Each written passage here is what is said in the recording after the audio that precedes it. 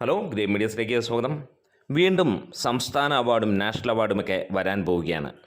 ഇക്കുറി നമ്മളേവരും കാത്തിരിക്കുന്നത് എല്ലാ വർഷത്തെയും പോലെ തന്നെ മമ്മൂക്ക അതിനകത്തിലുണ്ടാകുമോ എന്നുള്ളതാണ്. തീർച്ചയായും മിക്ക വർഷങ്ങളിലും മമ്മൂക്ക അതിനകത്തിൽ പങ്കെടുക്കാറുണ്ട്. പലപ്പോഴും നാഷണൽ അവാർഡിൻ്റെ കേസാണെങ്കിൽ അദ്ദേഹത്തിന് കൊടുക്കാറില്ല എന്നുള്ളതാണ്. കഴിഞ്ഞ ഏകദേശം 25-27 വർഷമായി അദ്ദേഹത്തിന് നാഷണൽ അവാർഡ് കൊടുത്തിട്ടേ ഇല്ല എന്നുള്ളത് നമുക്ക് എല്ലാവർക്കും അറിയാം.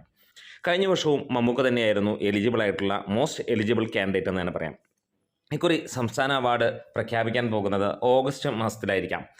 ഈ ഒരു കാര്യത്തിന് വേണ്ടിയിട്ട് ഇതിനോടകം തന്നെ എല്ലാ സിനിമകളും അപ്ഡേറ്റ് ചെയ്യുകയും അതേപോലെ തന്നെ മത്സര വിഭാഗത്തിൽ പങ്കെടുക്കാനുള്ള ആപ്ലിക്കേഷനുമൊക്കെ കൊടുത്ത് എല്ലാ കാര്യങ്ങളും സെറ്റായി ഇരിക്കുകയാണ്. ഇവിടെ നമ്മൾ കാത്തിരിക്കുകയാണ് മമ്മൂട്ടിയുടെ ഭ്രമയുഗം സംസ്ഥാന അവാർഡ് നേടുമോ എന്നുള്ളത്. തീർച്ചയായും ഇക്കുറി വേറെ മത്സരിക്കാൻ പോലും ആളില്ല എന്നുള്ളതാണ്. നമ്മൾ കേൾക്കുന്ന 1-2 ചിത്രങ്ങളുണ്ട്. ഇത് കൂടാതെ മറ്റ് ചിത്രങ്ങളും ഉണ്ടാകാം. അതിനകത്തിൽ മുഖ്യ എതിരാളിയായിട്ട് പറയുന്നത് ആസിഫ് അലിയാണ്. പിന്നീടുള്ളത് വിജയരാഘവനാണ്.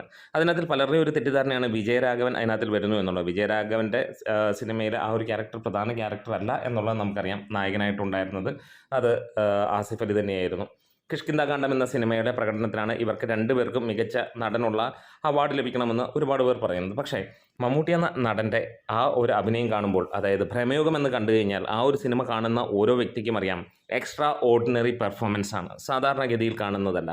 സാധാരണ മമ്മൂട്ടിയുടെ പെർഫോമൻസ് നമുക്കറിയാം, ഒട്ടുമിക്ക സിനിമകളിലും അദ്ദേഹം മികച്ച രീതിയിലുള്ള പെർഫോമൻസാണ്. പ്രത്യേകിച്ച് ഇങ്ങനെ ഉള്ള സിനിമകളിൽ അദ്ദേഹത്തിൻ്റെ ആ ഒരു അഭിനയ ചാതുര്യം എത്രയും വ്യത്യസ്തമാണ് എന്ന് നമുക്കറിയാം. അത് ഒന്നിനൊന്നിന് വ്യത്യസ്തത പുലർത്തുന്നതുമാണ്. കഴിഞ്ഞ ഏത് വർഷങ്ങളിലെടുത്ത് നോക്കിയാലും, കഴിഞ്ഞ 3-4 വർഷങ്ങളിലെടുത്ത് നോക്കിയാലും മമ്മൂക്ക തന്നെ ഉണ്ടായിരുന്നു അതിനകത്തിൽ ബെസ്റ്റ് ആക്ടർ എന്നുള്ള കാറ്റഗറിയിൽ ഫൈനൽ റൗണ്ടിൽ. കഴിഞ്ഞ വർഷം പൃഥ്വിരാജുമായിട്ട് മത്സരിച്ചതും മമ്മൂട്ടി തന്നെയായിരുന്നു. അതിന് മുമ്പത്തെ വർഷവും മമ്മൂട്ടി തന്നെയായിരുന്നു. അത് നമുക്കറിയാം. നൻപകൽ നേരത്ത് മയക്കം എന്ന ചിത്രത്തിലൂടെ അദ്ദേഹത്തിന് അവാർഡും ലഭിച്ചു. ഇതിനിടയിൽ ചാക്കോച്ചനായിരുന്നു മത്സരിക്കാനുണ്ടായിരുന്നത്. അവിടെ നമ്മൾ പലപ്പോഴും പല വീഡിയോയിലും പറയുന്ന പോലെ അത് തന്നെ, ഒരു സൈഡിൽ മമ്മൂട്ടി നിൽക്കുന്നു, മറ്റ് സൈഡിൽ ബാക്കിയുള്ളവർ നിൽക്കണം എന്നുള്ള കാര്യം തന്നെയാണ്. വേറെ ഒന്നുമല്ല, മിക്ക വർഷങ്ങളിലും ഏത് സീനിയർ താരം എടുത്താലും അല്ലെങ്കിൽ എവിടെ ഇന്ത്യയിലുള്ള തന്നെ ഏത് നടനെ എടുത്തു കഴിഞ്ഞാലും നമുക്ക് കാണാം മമ്മൂട്ടിയുടെ അഭിനയം തന്നെയാണ് ഏറ്റവും മികച്ച രീതിയിൽ പോകുന്നത്. പ്രത്യേകിച്ച് ഓരോ നാഷണൽ അവാർഡും അല്ലെങ്കിൽ സംസ്ഥാന അവാർഡും ഒക്കെ വരുമ്പോൾ ഒരറ്റത്ത് മമ്മൂട്ടി തന്നെയാണ് വരുന്നത്. ബാക്കിയുള്ളവർ മാറുമ്പോൾ ഇവിടെ മമ്മൂട്ടി 90% സിനിമകളിൽ അല്ലെങ്കിൽ 90% വർഷങ്ങളിലും നമുക്ക് കാണാൻ കഴിയുന്നു. ഇക്കുറി സംസ്ഥാന അവാർഡ് ഉറപ്പിക്കാം, അത് മമ്മൂക്കിക്ക് തന്നെയാണ്. നമുക്ക് അദ്ദേഹത്തിൻ്റെ ആ ഒരു പെർഫോമൻസ് കാണുമ്പോൾ നമുക്കറിയാം എക്സ്ട്രാ ഓർഡിനറി എന്ന് തന്നെ ഒരിക്കൽ കൂടി പറയേണ്ടി വരുന്നു. അതേപോലെയുള്ള അഭിനയമൊന്നും കാഴ്ചവെക്കാൻ ഇതുവരെ നമുക്ക് ആരെയും കണ്ടിട്ടില്ല എന്നുള്ളതാണ്. പണ്ട് പല നടന്മാരും മികച്ച രീതിയിൽ അഭിനയിച്ചിരുന്നവരാണെങ്കിലും ഏജ് ആകുമ്പോഴത്തേക്ക് പലപ്പോഴും അവർ ഒരുപക്ഷെ സൂപ്പർ താരങ്ങളാണ് എടുത്തു കഴിഞ്ഞാൽ പോലും അവർ കൊമേഴ്ഷ്യൽ വിഭാഗത്തിലേക്ക് പോവുകയും നല്ല അഭിനയങ്ങൾ കാഴ്ചവെക്കുന്ന സിനിമകളിലേക്ക് കാണാതെ വരികയും ചെയ്യുന്നു. ഇവിടെ മമ്മൂട്ടി ഒരേ സമയത്ത് കൊമേഴ്ഷ്യൽ സിനിമകളിലും അല്ലെങ്കിൽ തട്ടുപൊളിപ്പൻ സിനിമകളെന്ന് വേണമെങ്കിൽ നമുക്ക് വിശേഷിക്കാം നാടൻ ലാംഗ്വേജിൽ, അതുപോലെ തന്നെ അഭിനയ പ്രാധാന്യമുള്ള സിനിമകളും നമുക്ക് എല്ലാ വർഷങ്ങളിലും കാണാൻ കഴിയുന്നു. അപ്പോൾ ഇക്കുറി നിങ്ങളുടെ അഭിപ്രായത്തിൽ ആർക്കായിരിക്കാം സംസ്ഥാന അവാർഡ്? അതായത് ഈ ജൂൺ ജൂലൈ മാസത്തിൽ അതിന് ഒരു തീർപ്പുണ്ടാകുമെന്നുള്ളത് ഉറപ്പാകുകയാണ്. സംസ്ഥാന അവാർഡിൻ്റെ കാര്യത്തിൽ യാതൊരു സംശയം വേണ്ട.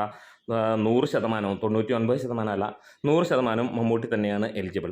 നാഷണൽ അവാർഡിൻ്റെ കാര്യത്തിൽ നമുക്ക് പറയാനുള്ള ഒരു കാര്യം ഇതേ ഉള്ളൂ, അദ്ദേഹം തന്നെയാണ് 100% എലിജിബിൾ. പക്ഷേ ചതി ഒന്നുമില്ലെങ്കിൽ അല്ലെങ്കിൽ അദ്ദേഹത്തെ പരിഗണിക്കില്ലെങ്കിൽ ആ ഒരു അവാർഡിൻ്റെ കാര്യം നമ്മൾ നോക്കേണ്ട കാര്യമില്ല. അതല്ലെങ്കിൽ തീർച്ചയായും അത് അദ്ദേഹത്തിന് തന്നെയായിരിക്കും ലഭിക്കേണ്ടത്. കഴിഞ്ഞ വർഷവും നമുക്കറിയാം, അതിന് മുമ്പത്തെ വർഷവും മമ്മൂട്ടിക്ക് തന്നെയായിരുന്നു നാഷണൽ അവാർഡ് ലഭിക്കേണ്ടത്. നമ്മൾ അതിനകത്തിലെ കാര്യങ്ങളൊക്കെ കേട്ടതും നമ്മളെല്ലാവരും പ്രതീക്ഷിച്ചിട്ട് അവസാന നിമിഷം എന്ത് സംഭവിച്ചു എന്നൊക്കെ ഉള്ളത് നമുക്കറിയാവുന്നതാണ്. ഇക്കുറിയും അതിനപ്പുറത്തേക്കുള്ളതൊന്നും നമ്മൾ ചിന്തിക്കുന്നില്ല. പക്ഷേ ഒരുപാട് പ്രാവശ്യം കഴിയുമ്പോൾ ഏതെങ്കിലും ഒരു പ്രാവശ്യമെങ്കിലും അദ്ദേഹത്തിന് കൊടുക്കണമെന്ന് തോന്നിക്കഴിഞ്ഞാൽ തീർച്ചയായും അത് ലഭിക്കാം. അവിടെ നാഷണൽ അവാർഡിൽ നമ്മൾ ഇന്ന സിനിമ എന്നൊന്നുമില്ല. പലപ്പോഴും നാഷണൽ അവാർഡ് കിട്ടുന്ന സിനിമകൾ കണ്ടാൽ ഇതൊക്കെ അവാർഡാണോ എന്ന് നമ്മൾ ചോദിച്ചു പോകുന്ന ഒരവസ്ഥയുമാണ്. എന്തായാലും നിങ്ങളിലേക്ക് വിട്ടു തരുന്നു, ആർക്കായിരിക്കാം ഈ പ്രാവശ്യം നാഷണൽ അവാർഡ് കിട്ടുന്നത്? സംസ്ഥാന അവാർഡ് മറ്റേതെങ്കിലും ആളുകളെ പരിഗണിക്കാൻ നിങ്ങൾ കണ്ട സിനിമകളിലുണ്ടെങ്കിൽ തീർച്ചയായും എന്ന് പറയാം. ജൂൺ ജൂലൈ മാസത്തോടു കൂടി തന്നെ അതിനൊരു തീരുമാനം വരുന്നതാണ്. നമ്മുടെ വീഡിയോസ് ഇഷ്ടമായെങ്കിൽ സപ്പോർട്ട് ചെയ്ത് തരണം. Great medias.